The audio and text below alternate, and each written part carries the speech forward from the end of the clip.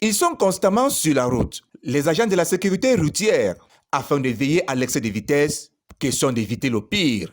Il y a de cela 2 semaines, au lieu d'Imbere Magoina, c'est un camion transportant des bœufs qui se renverse pour excès de vitesse. Il y a un autre camion qui est en train d'accepter le bois là-bas. C'est comme ça que lui il a pris l'autre route. Et comme ça que le bus touristique est sorti comme ça. C'est comme ça, quand il n'a pas rentré vu comme ça là, il va prendre le bus là. Et ça va encore créer trop de dégâts. C'est comme ça qu'il a évité pour venir tomber même lui avec ses baies.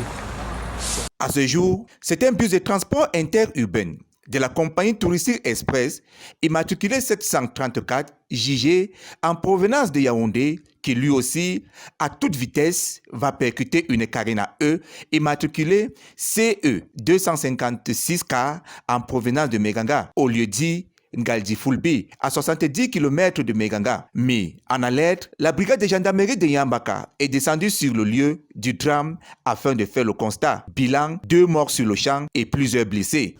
On a été saisis téléphoniquement par le chef du village qu'un accident a eu lieu au niveau de Katil. Dans notre arrivée, on a eu des interventions sommaires de certains passagers à bord du bus. Qui descendaient la pente et il y a eu un panne mécanique. Apparemment, les freins ont lâché, d'après les des uns des autres. Il a donc percuté ce véhicule Carina E, vous voyez, couleur bleue, qui a ensuite buté sur le camion en question qui est devant vous.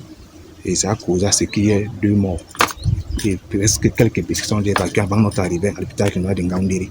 Selon les passagers qui ont vécu la scène, le dysfonctionnement des freins du bus de la compagnie de touristique Express et l'excès de vitesse est la cause et l'origine de ce drame. Le bus a eu des problèmes à partir de Gawaboulaye. Quand nous sommes arrivés à Meganga, on a changé le tambour arrière droit, le frein. Donc à la descente, le chauffeur était en train de descendre, il y avait le camion que vous voyez là, qui était en train de descendre lentement. La petite voiture aussi qui était au milieu, qui roulait lentement. Et on a constaté que les freins du bus ont lâché. Donc le chauffeur il a essayé de freiner, ça n'a pas pu.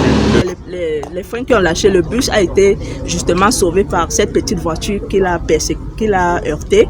Et dans la voiture, il y avait beaucoup de personnes.